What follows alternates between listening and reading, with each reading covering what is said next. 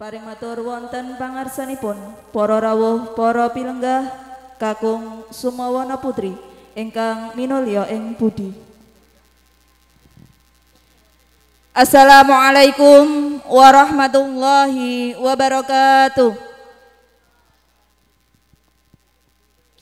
Alhamdulillahi rabbil alamin wa bihi nasta'inu ala umurid dunya waddin.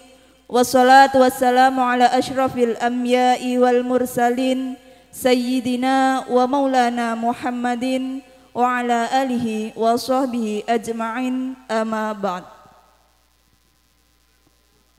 Pangabekti kula tansah kunjuk dumateng panjenenganipun para pepunden, para sesepuh dalah pinisepuh ingkang sampun dana ing pamawas, lebda ing pitutur, kiblat ing panembah ingkang satuhu luhuring budi. Pangabekti kula ugi tansah kunjuk dumateng panjenenganipun para alim, para ulama ingkang rinten dalu tansah sumanding kitab suci wahyuning ilahi minangka panutan kiblating panembah ingkang satuhu luhuring budi. Pangabekti kula ugi tansah kunjuk dumateng panjenenganipun para hanoming pamerintahan manggalaning agung panjenenganipun Bapak Kepala Desa, Bapak Dusun, saha Bapak RT ingkang tansah kinurmatan. Dumateng panjenenganipun para sarjana sujaning budi, para pangemban-pangembating praja, para kawula dasih ingkang satuhu kinurmatan. Mboten supaya dumateng panjenenganipun para kadang mitra muda tumarono pendekaring bangsa satriyaning hanagari ingkang tansah kawula tresnani.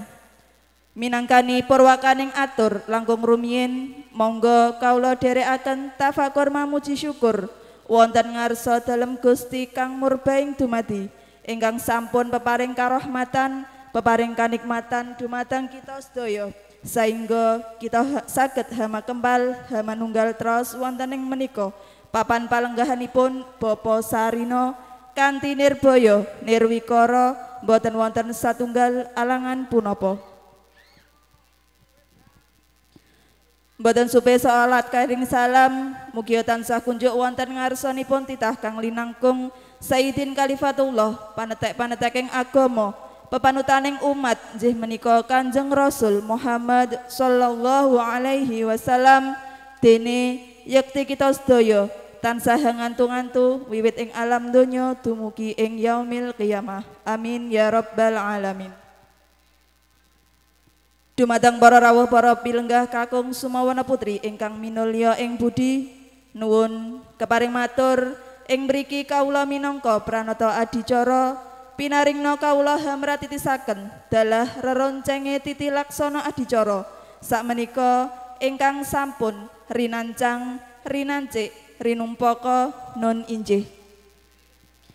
Ingkang kaping sepindhah nggih menika pambuka, kaping kalih nggih menika wausan kalam ilahi, ingkang kaping tiga nggih menika atur pambagya harja saking Sahibul Bait.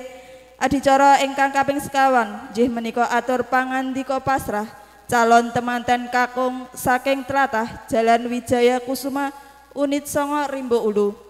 Adicara ingkang kaping gangsal nggih menika atur pangandika panampi. Adicara ingkang kaping 6 nggih menika ijab kabul. Adicara ingkang pamungkas nggih menika hasdungkara utawi doa penutup. Dumateng para rawuh ingkang minulya minangkani pambukaning titi laksana adicara sakmenika monggo sesarengan tinarbuka kanthi waosan umul kitab ala hadiniyah wa ala kulli niyatin sholihah lahumul fatihah. Matur sembah nuwun mugi-mugi kanthi waosan suratul Fatihah menika adicara saged lancar langgeng ngantos dumugi wonten paripurna. Ndungkap adicara salajengipun nggih menika waosan kalam ilahi ingkang badhe dipun kaslerani dening panjenenganipun Ibu Nur Hamidah. Dumateng panjenenganipun Ibu Nur Hamidah wasana saha swasana kawula sumanggaaken. Assalamualaikum warahmatullahi wabarakatuh.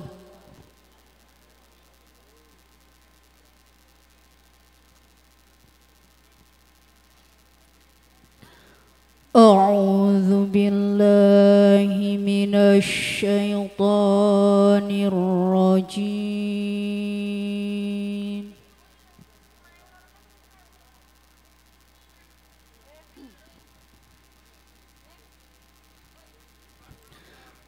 بسم الله الرحمن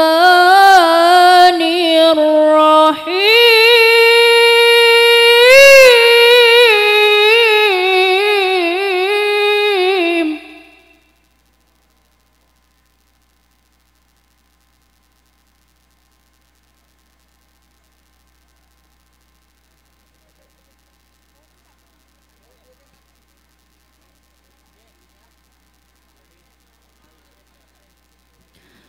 يا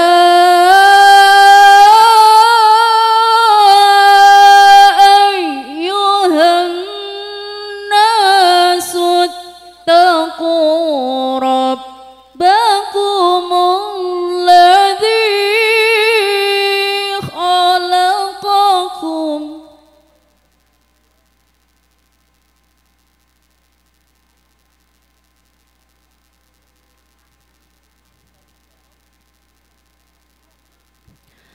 الذي خلقكم من نفس واحدة وخلق منها زوجها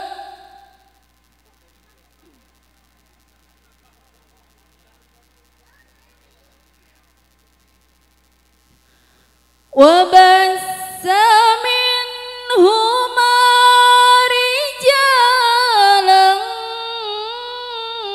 كثيرا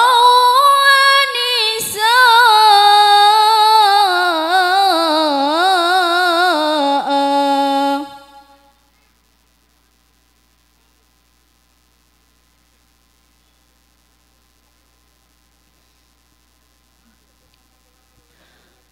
واتقوا الله الذي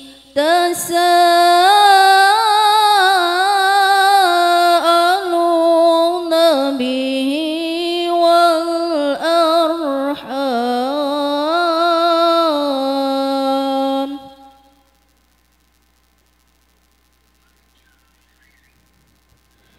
إن الله كان عليكم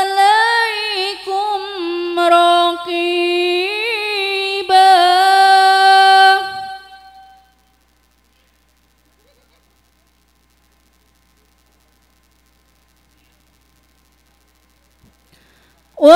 وآتوا اليتامى أموالهم ولا تتبدلوا الخبيث بالطيب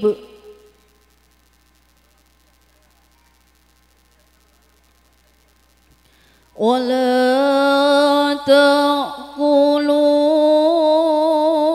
تأكلوا أموالهم إلى أموالكم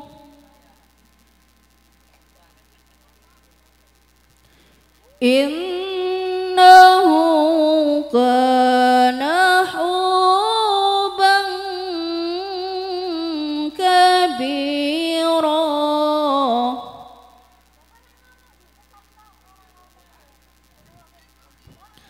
وإن خفتم ألا تقسطوا في اليتامى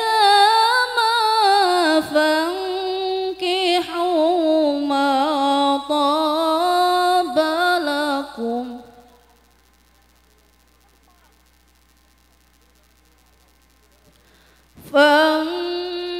فانكحوا ما طاب لكم من النساء مثنى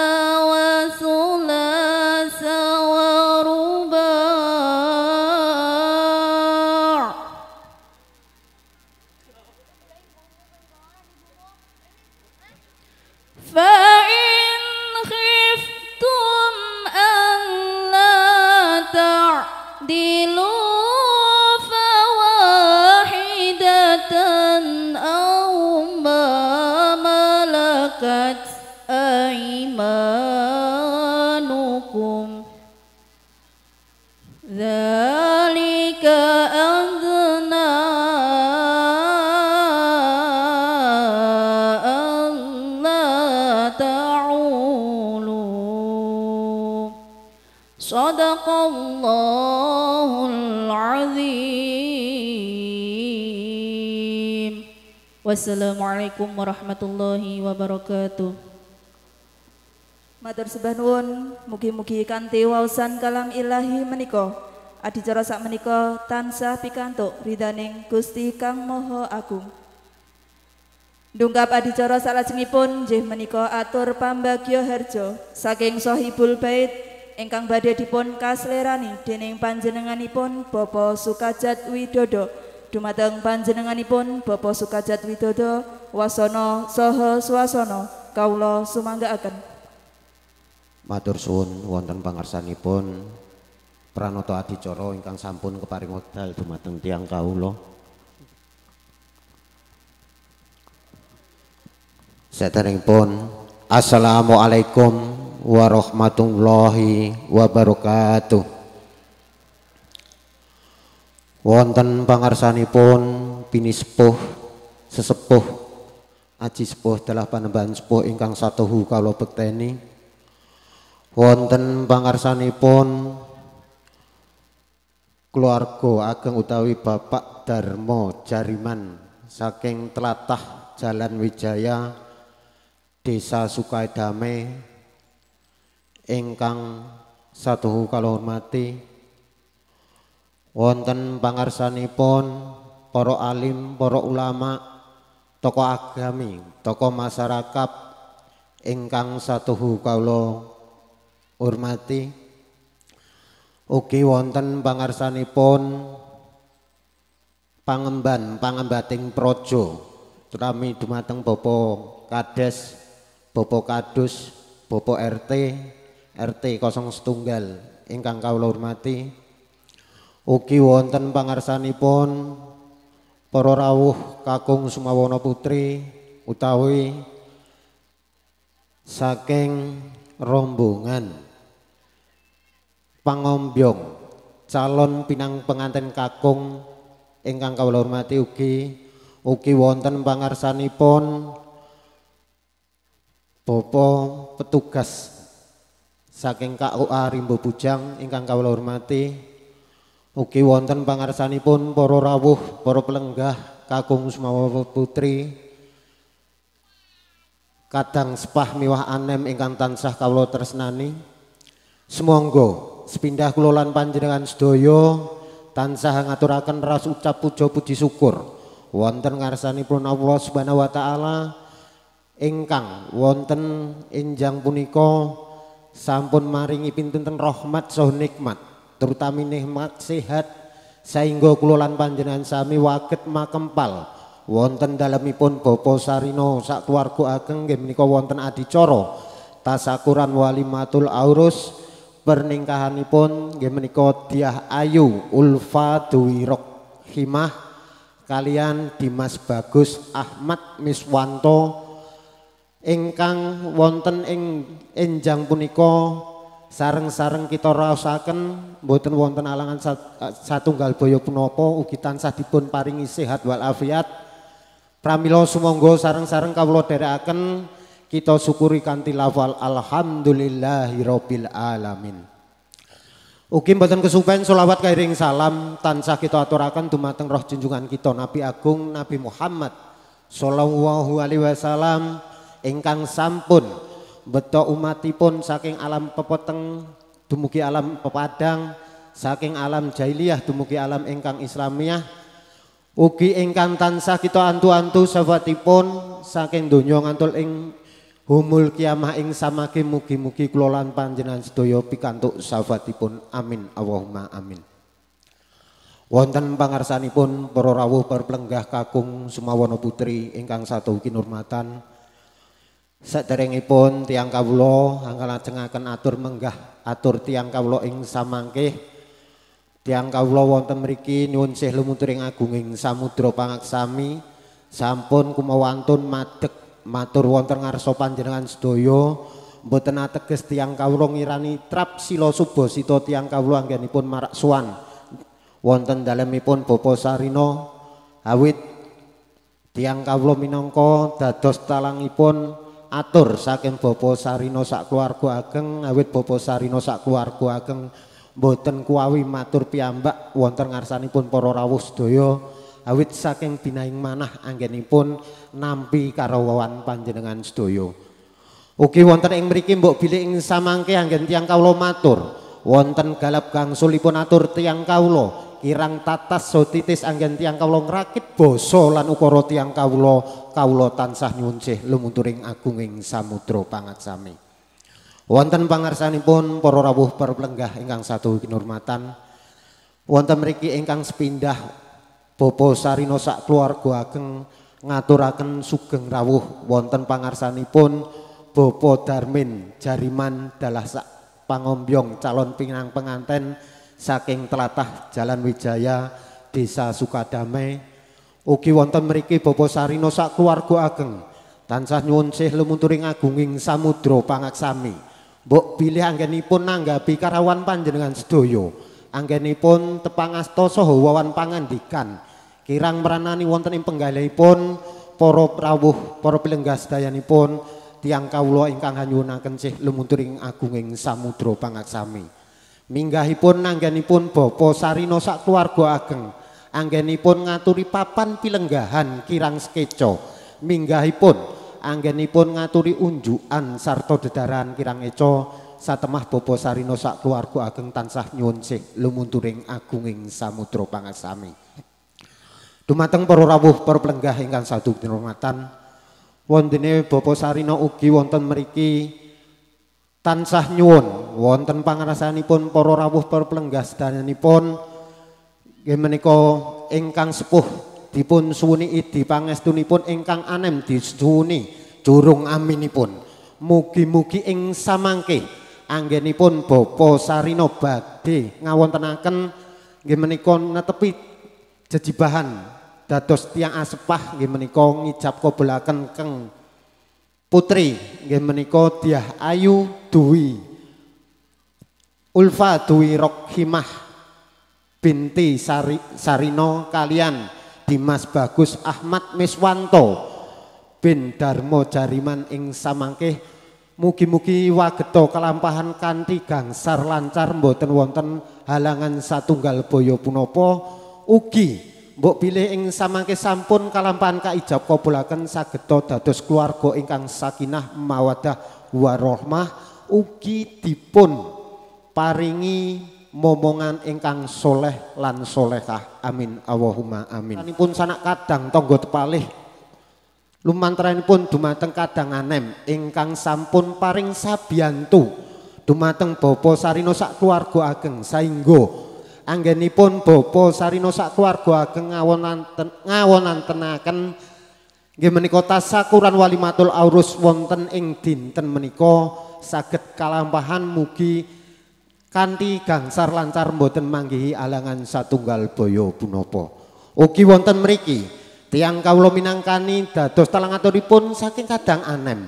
Mbok bilih anggenipun kadang anem paring leladosan wonten pangarsanipun para rawuh para plenggah sedanipun kirang trapsila kirang subasitanipun tiyang kawula ugi tansah nyuwun sih lumunturing agunging samudra pangaksami.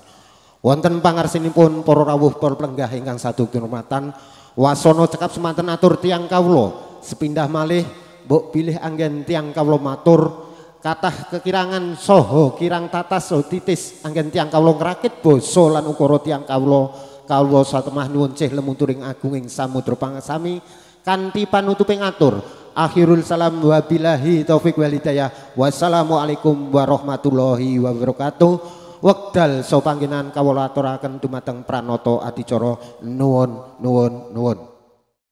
Adicara ingkang salajengipun nggih menika atur pangandika pasrah calon temanten kakung saking tlatah Jalan Wijaya Kusuma unit 9 dumateng panjenenganipun ingkang badhe ngwakili wasana saha swasana kawula sumanggaaken.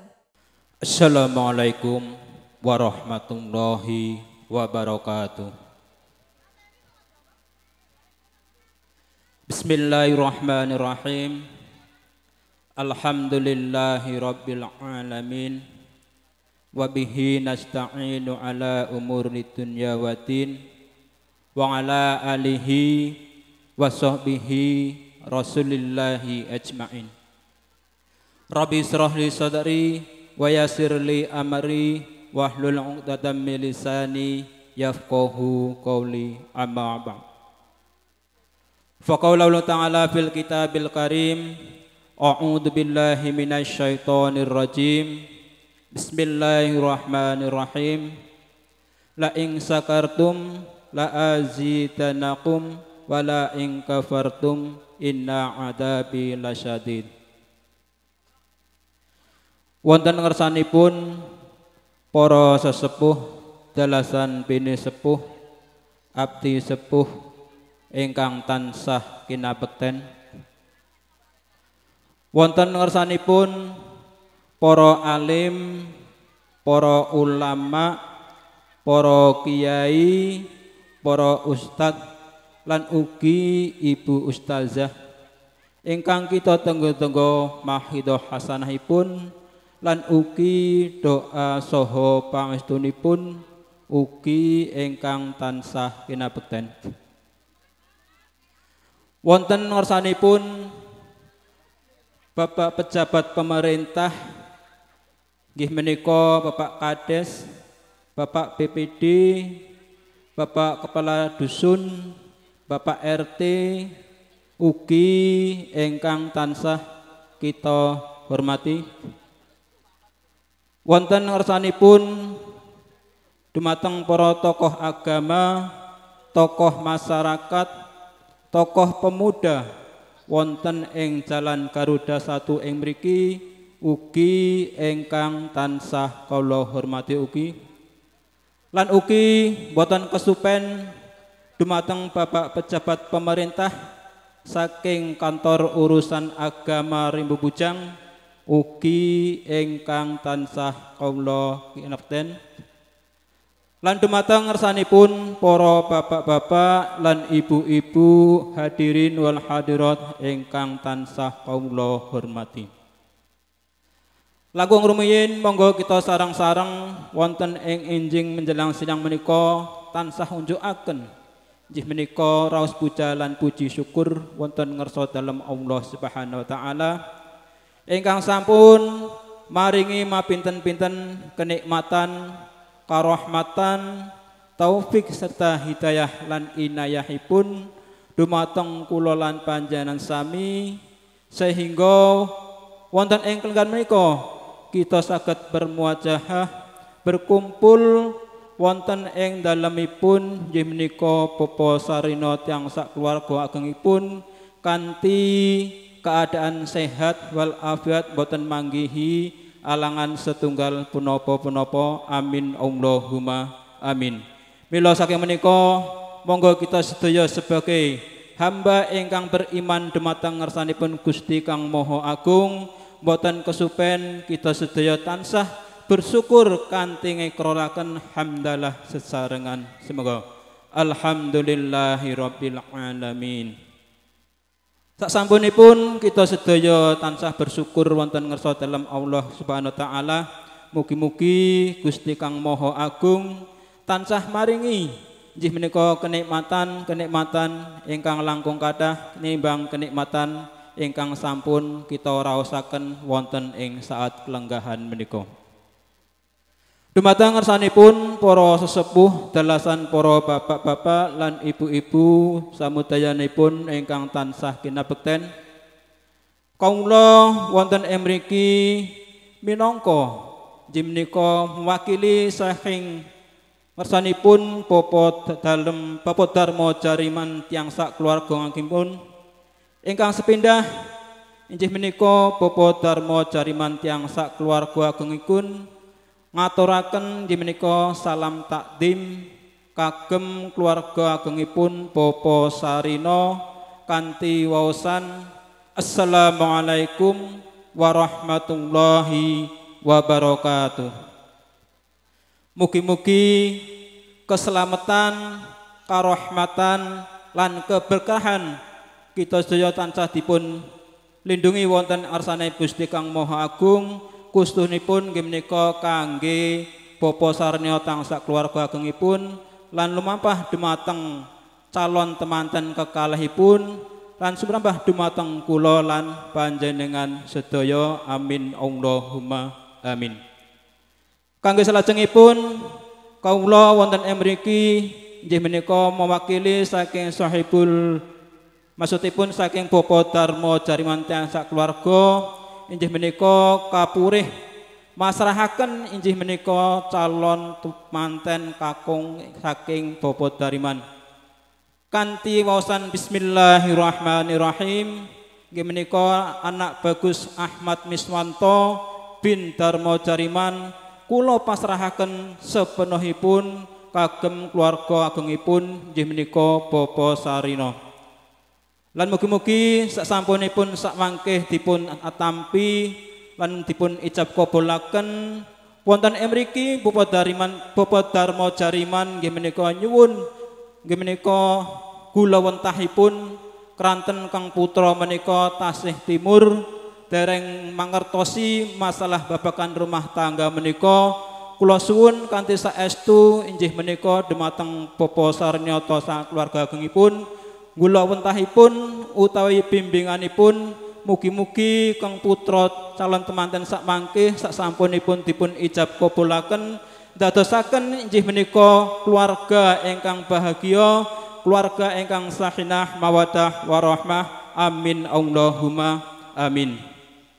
Kangge salajengipun wonten ing mriki inggih menika Bapak Darmo Jariman tiyang sak keluarga kala wau inggih menika ambeta menika buah tangan menika saknika wonten tasih wonten ing mobil petak menika wonten ing pinggir dalan utawi wonten ing mergi kula suwun dumateng Bapak Sarino tiyang sak keluarga agengipun menika kersaha menika anampi menapa ingkang dados buah tanganipun saking Bapak Darmo Jariman kala wau mugi-mugi walaupun ta namung sekedhik mugi-mugi tansah nggih menika anggo mbiyantu dumateng Bapak Sarino tiyang sak keluargangipun anggenipun gadah damel menika mugi-mugi sedaya kala wau tansah dipun paringi nggih menika hidayah wonten ngarsanipun Gusti Kang Maha Agung sehingga acara demi acara sakmangke saged berjalan lancar aman tertib boten manggi alangan setunggal punapa-punapa sang langkungipun kawula nyuwun agunging pangapunten usana kula akhiri ihdinas siratal mustaqim. Assalamualaikum warahmatullahi wabarakatuh. Matur sembah nuwun dipun aturaken adicara salajengipun nggih menika atur pangandika panampi ingkang badhe dipun kaslerani dening panjenenganipun Bapak Sukisno dumateng panjenenganipun Bapak Sukisno wasana saha swasana kawula sumanggaaken. Allahumma sholli ala sayyidina Muhammadin wa ala alihi sayyidina Muhammad wa ala alihi wa sahbihi ajmain amma ba'd. Assalamualaikum warahmatullahi wabarakatuh. Wonten pangarsanipun Bapak Kepala Desa ingkang dipun wakili dumateng panjenengan Ibu ingkang satuhu kinurmatan. Wonten pangarsanipun Bapak Kadus, Ketua RT, Ketua Pemuda, khususipun wonten ing jalur Garuda ingkang satuhu kawula tresnani. Dumateng para pinisepuh, adi sepuh, khususipun wonten ing Jalan Garuda ingkang satuhu kinabekteni.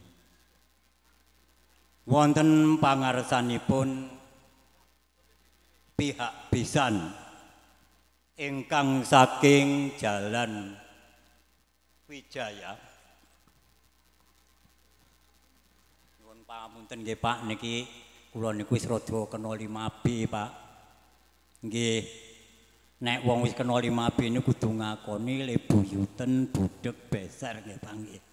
Pramila niki nggih nyuwun ngapunten kula kinten nggodhogi layang mawon gemeter. Wonten pangarsanipun Bapak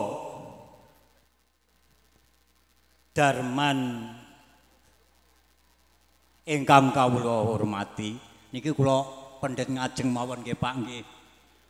Sing marai rada kagok-kagok oleh nyebut niku. Sarta Ibu ingkang kawula hormati Dumateng para pinisepuh adi sepuh pinang pengombyong calon pinang penganten kakung ingkang satuhu kinurmatan. Wonten ing mriki saderengipun tiyang kawula hamatur.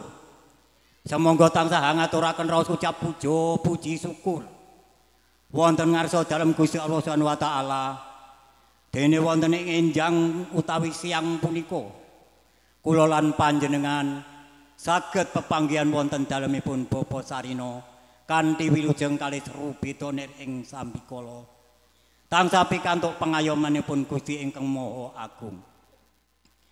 Shalawat dan salam kita aturaken wonten ngarsa dalem roh junjungan kita Nabi besar Muhammad sallallahu alaihi wasallam ingkang sampun beto kula lan panjenengan saking alam kegelapan saengga dumugi alam ingkang terang gemerang menika wau.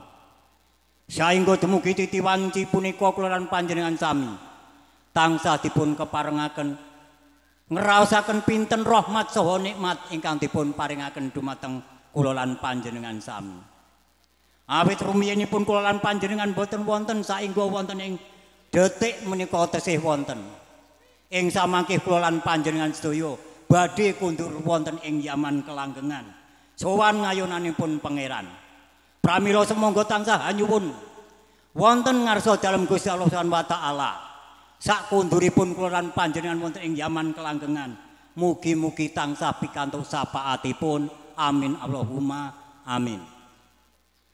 Wonten ngarsanipun pihak besan dalah para pangombyong calon pinang penganten kakung tiyang kawula kumo wantun ngadeg wonten ngarsa panjenengan awit tiyang kawula mboten ateges ngirangi saking sobo saha sita tata saha trapsila sopan saha santun tiyang kawula anamung tiyang kawula awrat nemban sabda pangandikanipun Bapa Sarina tiyang sak kula warga agung kapurehan nampi calon pinang penganten kakung ingkang wekdal menika sampun dipun larapaken wonten dalemipun Bapa Sarina.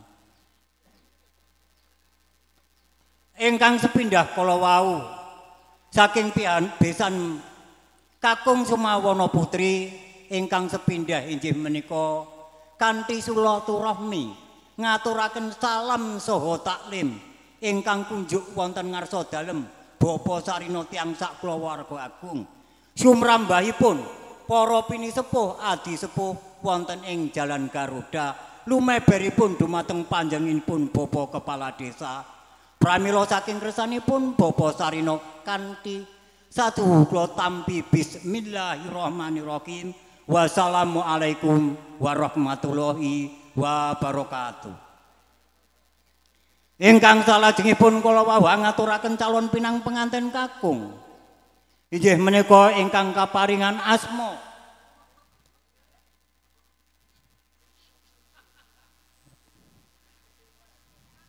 Ahmad Bismanto nggih. Biswanto ingkang samangke badhe kadhawuhaken dumateng putra putrinipun Bapa Sarina inggih menika Nak Ulfa. Niki nggih tak jikuk ngarep mawon men rada singkat. Nggih. Lah mugi-mugi Pak, nggih. Saking kersanipun Bapa Sarina sak sampunipun ing samangke calon pinang penganten kakung kula tampi. Insyaallah Bapa Sarina badhe anglampaken darmaning tiyang sepuh badhe angijab kabulaken inggih menika putra putrinipun ingkang asma inggih menika Nak Ulfa badhe kadhawuhaken dumateng Nak Ahmad Miswanto. Insyaallah menika ing samangke mboten tida-tida anggenipun badhe ngaken menika putra.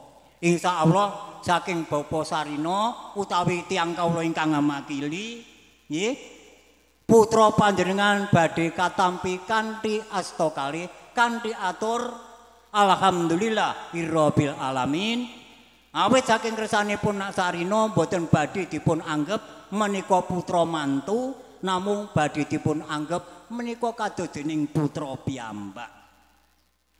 Lan kala wau wonten pangandikan kapurih maringi sesrepan ya Pak nggih. Menika tasih pur Pak. Menawi kagungane dereng saged napa-napa ugi nggih putranipun Bapak Sarina ingkang putri nika wagetipun nggih saweg majak Pak. Nek masak kaya-kaya nggih tasih sangit nggih dereng enak. Lah pramila semonggo kanthi panyuwunipun Bapak Sarina sareng-sareng dipun bina, dipun pucali kados pundi amresaenipun anggenipun mangun brayan enggal. Menika saking panyuwunipun Bapak Sarina. Lan ingkang salajengipun kala wau ngaturaken bilih mbeta gawan ingkang wonten sak lebeting mobil.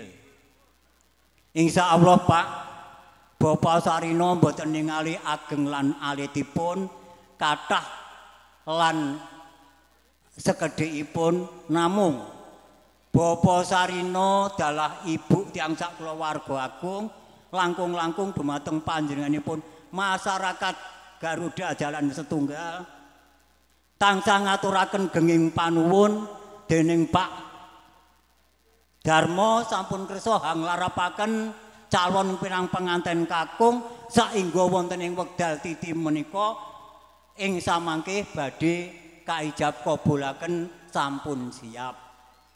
Nyuwun pangapunten ya Pak Pengurung nggih. Niku wau ling ngurmati rada lali wau. Nggih, welcome bae dumeh kenal karo aku ora disapa ngaten. Nyuwun pangapunten nggih Pak Pengurung nggih. Lah pramila saking menika namung menika ingkang waget kula aturaken kirang langkungipun atur tiyang kawula madya wusana atur tiyang kawula wonten ngarsa panjenengan mbok bilih wonten kekiranganipun anggen nata basa lan ukara tiyang kawula tansah nyuwun agunging sih pangapunten ingkang kathah kanthi panutuping atur akhirus salam wa assalamualaikum warahmatullahi wabarakatuh. Wekdal kula kunduraken dumateng kadang Adi Pranatacara nuwun.